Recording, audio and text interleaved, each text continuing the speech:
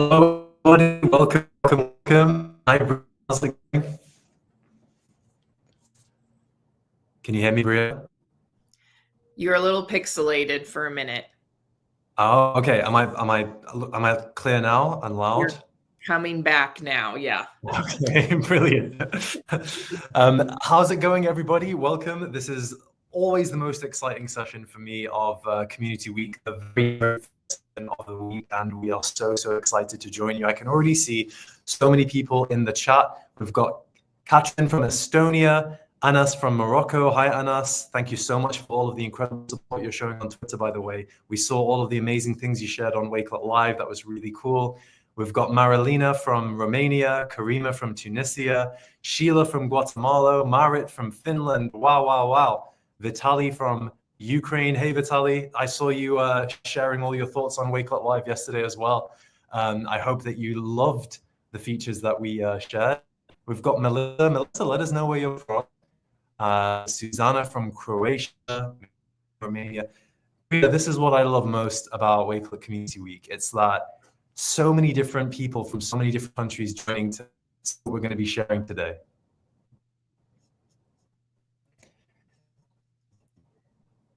See if there's anybody else that we notice. Monia from Italy, welcome. Redwan from Malaysia, welcome. Right, well, let's kick us off. For those of you who have been before the first session in 4 days of incredible back-to-back sessions that we've got. Today, I'm joined by the incredible Bria, who's head of customer success for Wakelet and Bulb, and we're going to be sharing something that we are both very passionate about, which is all around portfolios for students and how important they are when it comes to future outcomes. And I know you're really passionate about this, aren't you, Bria? I am. I've been doing this for over 10 years, working with schools around portfolios. So it's my favorite topic. Well, I know for a fact that everybody's going to be sharing, everyone will be getting quite a lot in this session, because one of the things that I noticed in the last few years, and I think a lot of people have noticed, is that digital portfolios aren't just becoming a nice to have for students, they're becoming completely essential. In the US, over 80% of colleges no longer require SAT scores and standardized test scores. And I've spoken with lots of people from across the world who are experiencing that shift as well. Really, digital students are becoming the only way for students to showcase the things that they're proudest of, those achievements that they might not be able to share through only test scores. And I know that Bria is going to share some really awesome stuff with us today. So should we get started, Bria? Yeah, let's do it. So, hi everyone. My name is Bria, and as I kind of said before, I have been working with schools, teachers, and students in helping them implement portfolios well for about over 10 years. So, I love how portfolios is that place to tell your story, and we're really going to get practical today. So, we're going to talk a lot about if you have never done portfolios in the classroom, or maybe you have and you're looking for better ways to implement those, we're going to have some really practical things that you can do within your classroom, some activities and ways to help students make sure their portfolios tell a great story. So let's get started. I am going to pop over. Can we see my screen? Is that showing now? Perfect. Okay. So I'm going to start with an activity that is actually a really great activity for you to use in your classroom. I call it a quote activity. And I would show these different quotes to students and allow them to just have conversations about how meaningful it is to you. And so I'm going to show these up on the screen and give you a minute or two to read through it. Feel free to put anything in the chat if something resonates with you, if you're surprised by something, if you're excited by something that you read. And so I'm going to give you guys a few minutes to read a couple of these quotes through this screen. And this is, again, a great activity to introduce portfolios to your students, giving them an opportunity to understand the purpose, the why, the value behind why they might want a portfolio.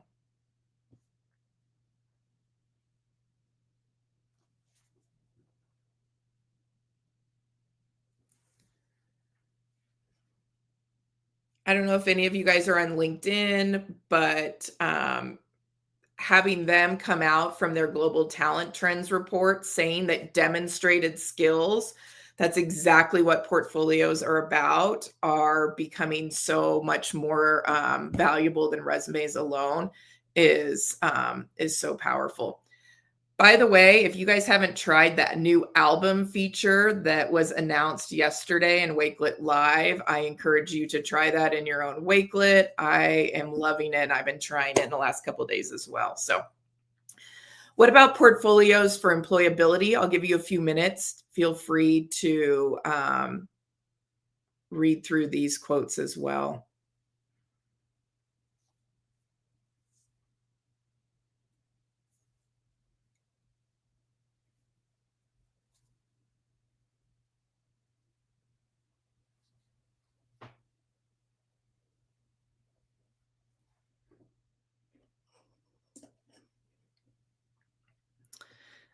I don't know if you guys are familiar with the high impact practices.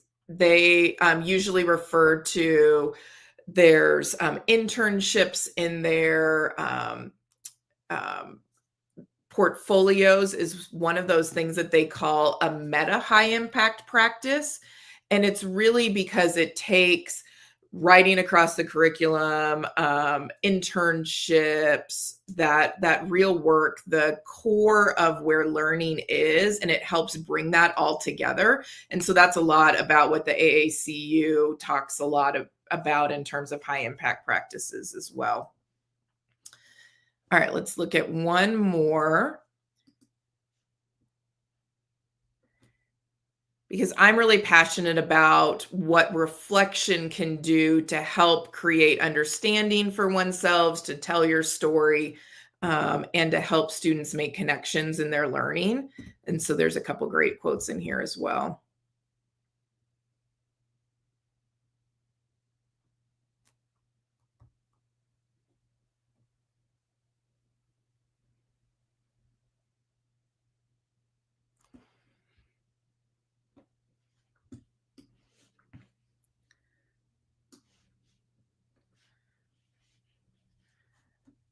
So that reflection, enhancing meaning, that making meaning, I love that idea. That's what we're really trying to accomplish with these portfolios for those students and anyone else. I have professionals that are creating portfolios. As educators, you should be creating portfolios. The idea of that purpose curation and reflection, that's what helps you start to make that meaning. And so this is a really great activity. I also have in the Wakelet, this will all be shared out with you guys so that you can use, but there are these prompt cards. So there's a lot more quotes. You can print these out, give them to students and have them work with an elbow partner and have a conversation about what they're learning and what that value of a portfolio is a great quick, you can do it in 5 minutes with students to be able to introduce that value of portfolio. So that's one great starter activity. And hopefully for some of you as well, those quotes resonated with you. If you're not really sure where does portfolios fit and how important it is, there might be some new information in there for you. I said we're getting practical, so I'm actually going to move as well to another one of my favorite activities, and this is going to tie into some of the things we're going to do in just a little bit as well. But I do this activity with students called "What Story Do You Want to Tell?" And the idea is to start getting them to think about what words do they hope people think about when they're looking at their portfolio or their resume. So if they're trying to apply for a job or get into a program or for a scholarship, what do they hope people think about them? Because if you're telling your story, you want to know what kind of story do you want to tell. And so I'm going to give everybody a minute, take a piece of paper. You can just jot it in your mind as well. But I want you to think about, what words do you want to come to mind when somebody thinks about you or somebody would read your own portfolio or resume?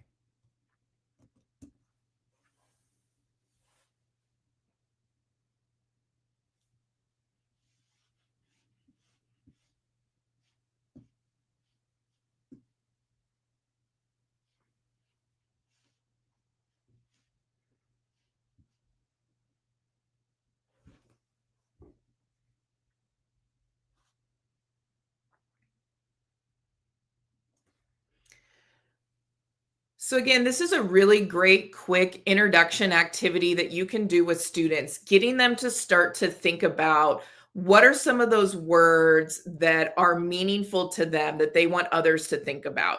This is something that you should always have them come back to.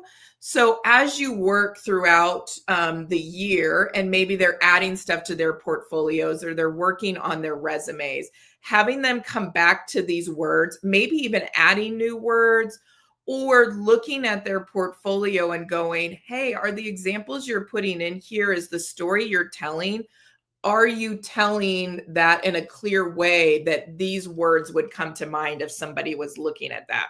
So that's how that activity directly relates back to helping guide students into being able to kind of tell this story. So, one of the questions that I get often from teachers is, where does this portfolio fit into the classroom? How do I work in the portfolio? I like to think about it in kind of two different ways. One is incorporating the portfolio in terms of post-work reflection. So this idea that the students are going to do the work, the activity, the project, make the artifact of their learning, demonstrate it in some way, and then maybe that's gotten feedback and graded by the teacher. And then after that, they're going to add it to the portfolio with some context and reflection. So the work happens like it normally does in the classroom. And then that final piece, the making meaning piece, is adding that work with intention to the portfolio with some reflection. We're going to look at some examples. The other one is what I would call in-platform creation. So one of the great powers of Wakelet is that it is a tool to be able to do all kinds of things. Creating a portfolio is a beautiful way to use Wakelet. Actually doing the work inside of Wakelet, so doing the project instead of maybe a PowerPoint or a diorama or something like that, they could actually do the research, the work inside the Wakelet platform, and then add it to their portfolio as a way for it to all be done within Wakelet. So you have that post work and that in platform. So let's kind of dig into some of those examples and what that looks like. Let's start with post work. So again, this is going to happen after the lesson or the unit or the project, and the students are adding the artifact that they created. That artifact could be a Word document that they created. Maybe it's a video or a flyer they designed in Photoshop, a research paper, a science lab, and they're going to add it to the portfolio after they've done that work. So let's take a look. And this example is linked into my Wakelet. So you'll have access to all of these examples as well. So we're going to let's look at this research paper that the student did. So they're researching a country. This student was researching Mexico, and they were able to do their research paper. They did it in a document. So they have their document that they wrote, and they wrote their research paper. They probably turned it in as the teacher. They gave feedback. All of that work was done outside of Wakelet.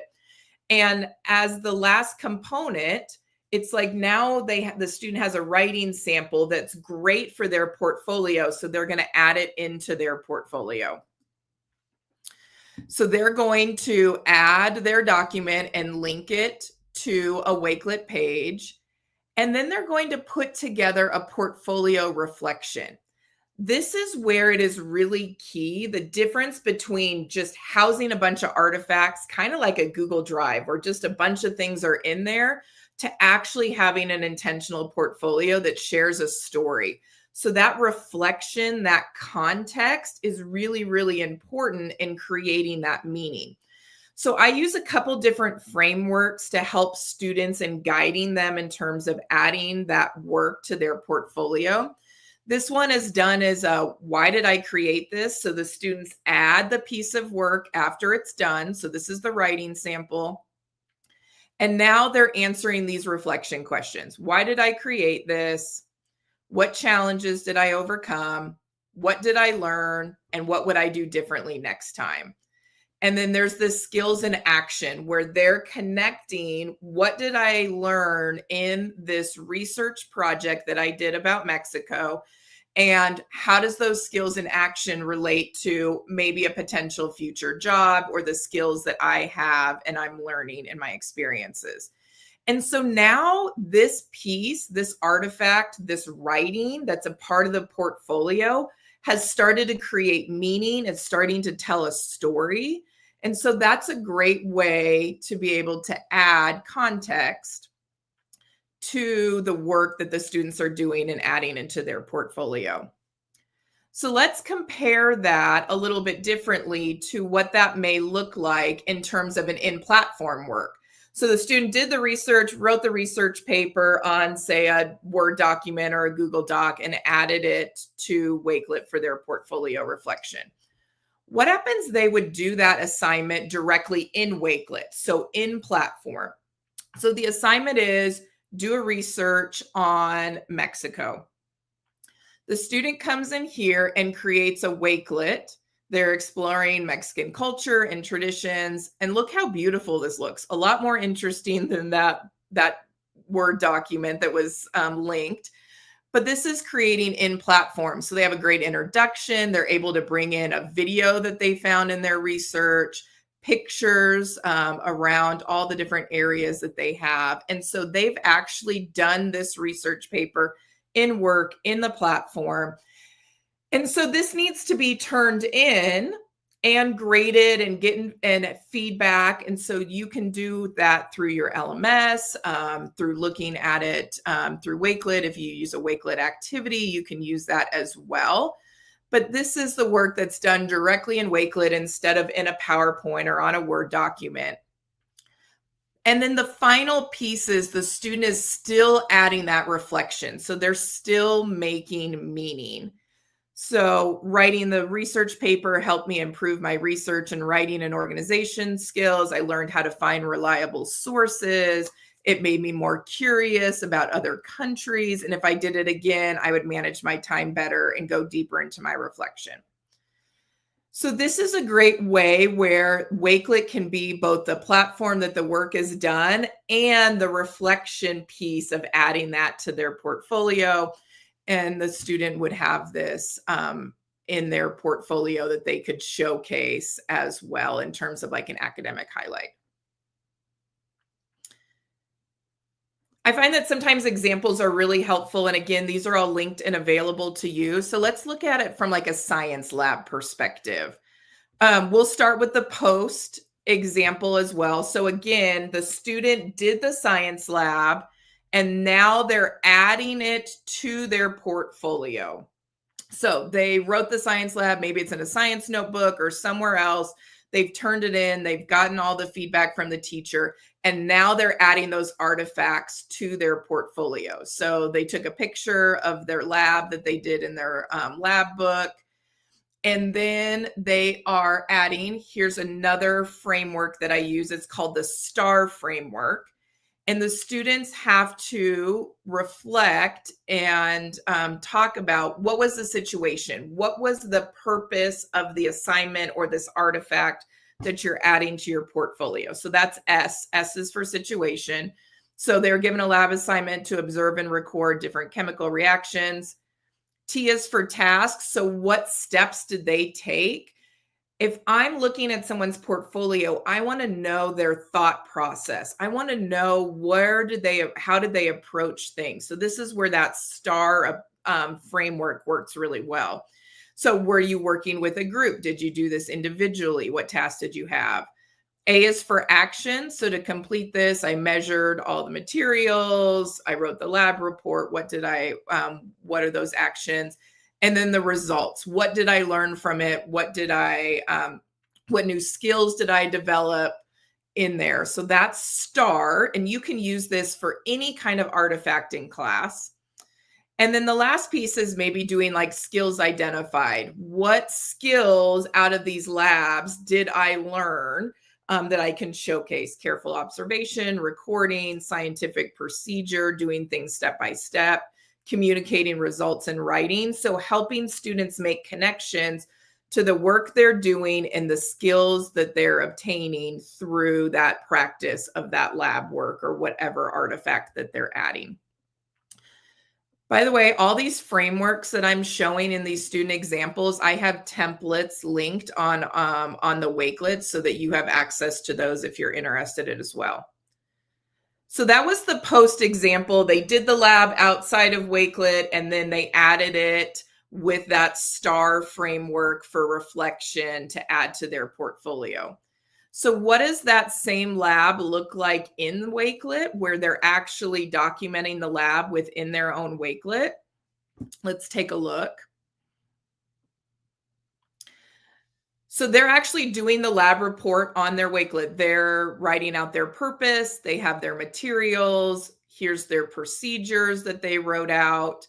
They even have their lab report here where they've done their observations and then what chemical change they were observing in here. They have some pictures of the different parts of the lab that they're working on, their conclusion. And again, going back, it's not just about doing activities. If you're working on a portfolio, you have to tell a story. So yes, they did the lab, and they can turn that in through your LMS or whatever you're looking at to give feedback and do grading for your student. But then they also have to have that reflection piece in there. That helps tell that story. So it doesn't have to be very long. That's why this is a great example. The reflection can be short. It was fun. It helped me connect to what I learned in class, to real experiments. I realized chemical changes are happening around us all the time, and I'd like to learn more. It's helping students start to create a narrative, a story, helping them make connections into what they're learning in these different experiences.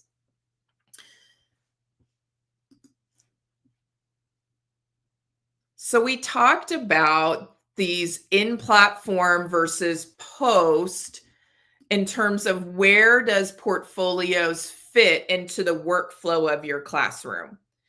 You can use both methods depending on what the activity is or what the artifact is that you're going to have the students add to their portfolio. You don't have to do one or the other, but it's really good to, as you're going into it, to know, is this something that students are going to be doing in another platform and adding to their portfolio? Or is this something where the assignment is actually in Wakelet, and then they will also be adding that reflection and adding that to their portfolio as well? I have some cards here around just reminding you kind of the difference between the post platform and the in platform creation and some of those kinds of activities that go along with that as well. So we looked at this through a framework of creating meaning. I think this is what I see a lot when people get started with portfolios is they go, oh, we'll just have students add an artifact to their portfolio, and that's how they're creating a portfolio. So an example of this might be the students created a Spirit Week flyer, and they were practicing it in Adobe, and they're using all their Adobe skills, and they've created this beautiful flyer, and they add this flyer to their portfolio with nothing. There's no caption, there's no context, there's no reflection, there's no story. It's just the flyer added to the portfolio. I see this a lot. They might add a document from their writing or a video that they created for a project or a PowerPoint that they did for a research project, and they just add it onto their portfolio with no context. Well, that is a really low impact way to create a portfolio. It's really missing the story. It really just becomes a collection of things, but doesn't start to really give the audience the connection to the person and the creating the meaning, the narrative of what the student's trying to tell through these artifacts. That's where we want to get our students. We want them to create a narrative as their portfolio. That's when that portfolio becomes high impact and it starts to tell the story. It helps them stand out from their peers. And when they're going to apply to university or trying to get a scholarship or their first job or an internship, those artifacts need to tell that story. So we want those students to go beyond just adding a document or in this case, the Spirit Week flyer, and we want them to be able to tell that story. So here's a contrast, a high impact example where they add the flyer, and that's something that I'm really excited to see. And then they use that STAR framework to tell me about this flyer. Student council needed a digital flyer to promote the homecoming Spirit Week, and it needed to be easily shared on social media and being able to be printed. As the student council communications officer, I was in charge of designing the flyer. I used Adobe Express. I chose bold fonts. Here was the results. It was a big hit. It was shared on Instagram, displayed in the hallway. More students than ever participated in Spirit Week. If students can start to provide this context as an audience, maybe somebody that's looking to hire this student potentially, I know this student can think through and understand that the work that they're doing has a purpose, has a goal. They can talk me through the steps. They've reflected how they might go about something differently. That's the kind of employee I want. That's the kind of student I want at my university or in my academic program. And so that's where these portfolios create that high impact and make these students stand out because they're creating a story and a narrative that has meaning.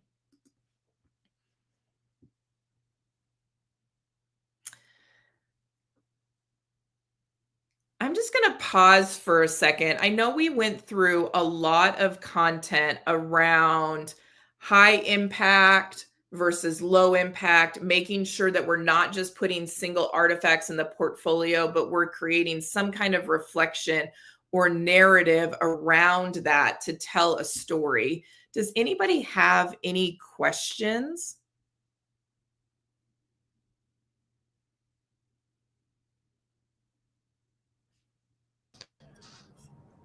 Yeah, I have a quick question, Bria, and then hopefully the chat can jump in and chip in as well. And Yeah. if you don't answer it now, we'll always be able to answer it at the end as well. Great. What have you found? Because obviously you're interacting with educators every single day about this, about how to kind of implement portfolios. What do you think is like the biggest kind of barrier to entry with this? Is it time? Is it process? Like if you were going to give advice on all the educators in the chat on how to implement this in their class in the easiest possible way, what would that be? Yeah. I think for most educators, time is always a big challenge. You feel like something as new is introduced and that's going to be extra time. How are you going to fit that into the classroom? And so there's actually some really great articles and teachers sharing how they were going, I'm not really sure how we can fit portfolios into the classroom. But when they started to realize they were using that approach, especially that in-platform approach with Wakelet, I think that's one of the big values that it has is that the students, you already were going to have them do that writing research paper on a country of interest, right? Or they were going to be doing that science lab already. So instead of just doing it in a Google Doc or on a PowerPoint or on paper, you have them do it within the Wakelet platform. It streamlines it.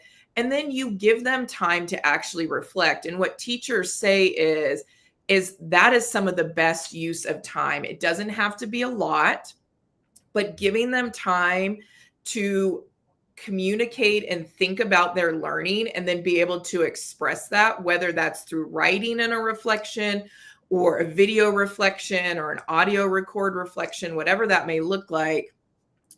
It really does help them make connections to their learning and strengthens then the next activity that you're doing. And so there's actually, I'll try to add it to the Wakelet later because I hadn't put it in here and thought about it. But there's this great article by a teacher who said, hey, we did a portfolio work at the very end of the year. And we went back and we picked a couple different things throughout the year. And she took 1 or 2 class periods and they added those things to their portfolio and did a reflection. And the students did okay. The reflection wasn't very deep. The next year, she decided that she was going to do it at the end of the first semester and then at the end of the second semester.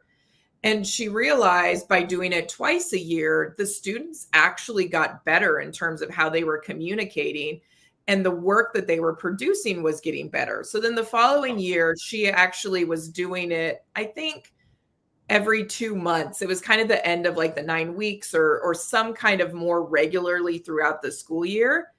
And she said she would never go back. Like she loved doing that regularly throughout the year. The quality of the work that the students did throughout the year increased. The way that they connected with their learning increased. And so though it seemed like it was going to take more time in the classroom, it actually made the work that the students were doing in the classroom better and deeper. And so it was the best use of time. And so I think that's one of the hurdles teachers have is finding that the time to spend on the right things, the things that are going to drive the deeper learning, the deeper connection to the learning experiences. I think that's the perfect answer to the question. We don't have any more questions currently, Bria, but if anybody in the chat wishes to share some more, we'll jump into them just before Bria finishes. Great.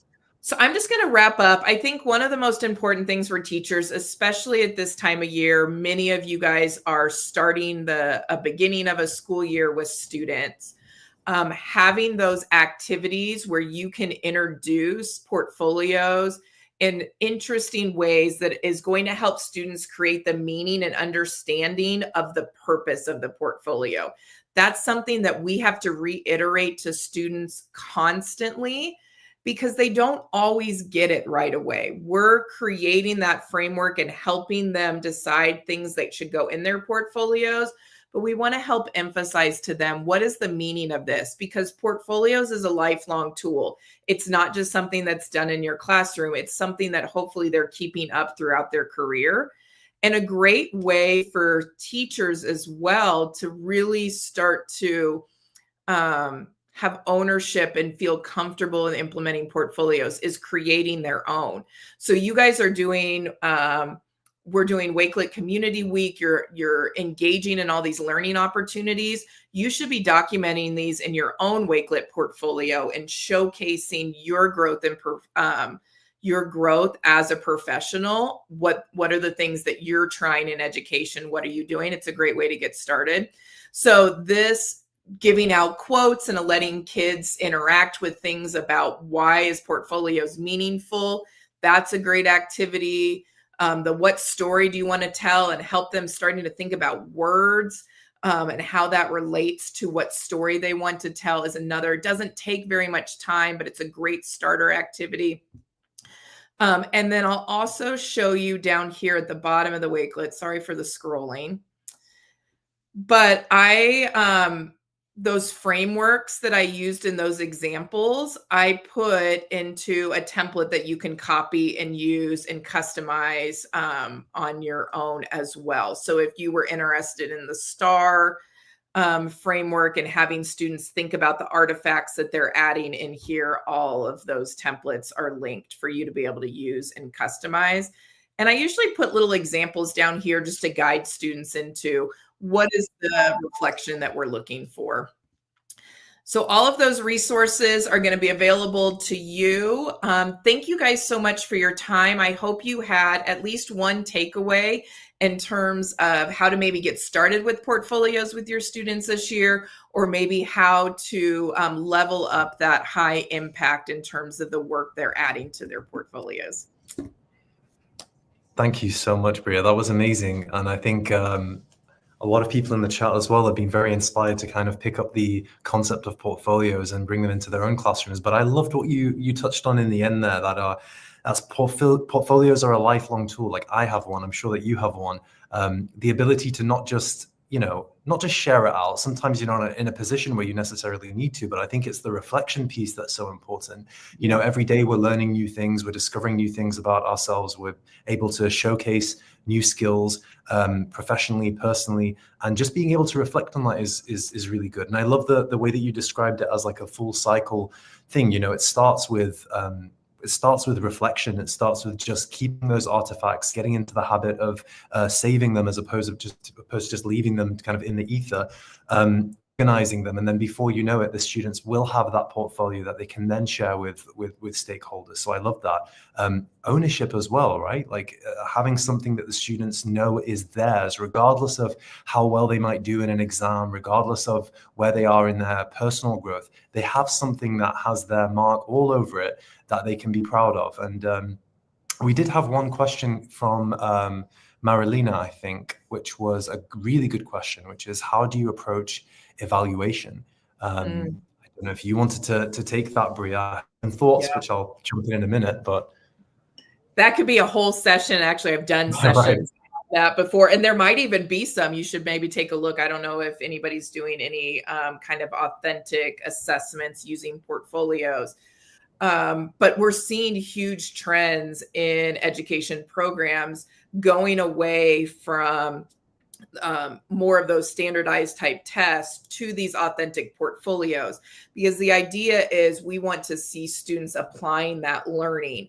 So when it comes to actually assessing those, a lot of times that really is relied on a rubric style assessment in terms of looking at are the students applying the skills from the knowledge that they learned from that course into whatever that authentic application is, whether it's maybe it's a business class and they're having to create their own business and apply all the different skills that they've learned about what it takes to run a business and showcase that in the own business that they've created, or putting that into a research that they're doing and understanding the components of how to research and communicate that, whatever that may look like. So being able to have those rubrics to assess. I have some resources too around, we do kind of a portfolio challenge.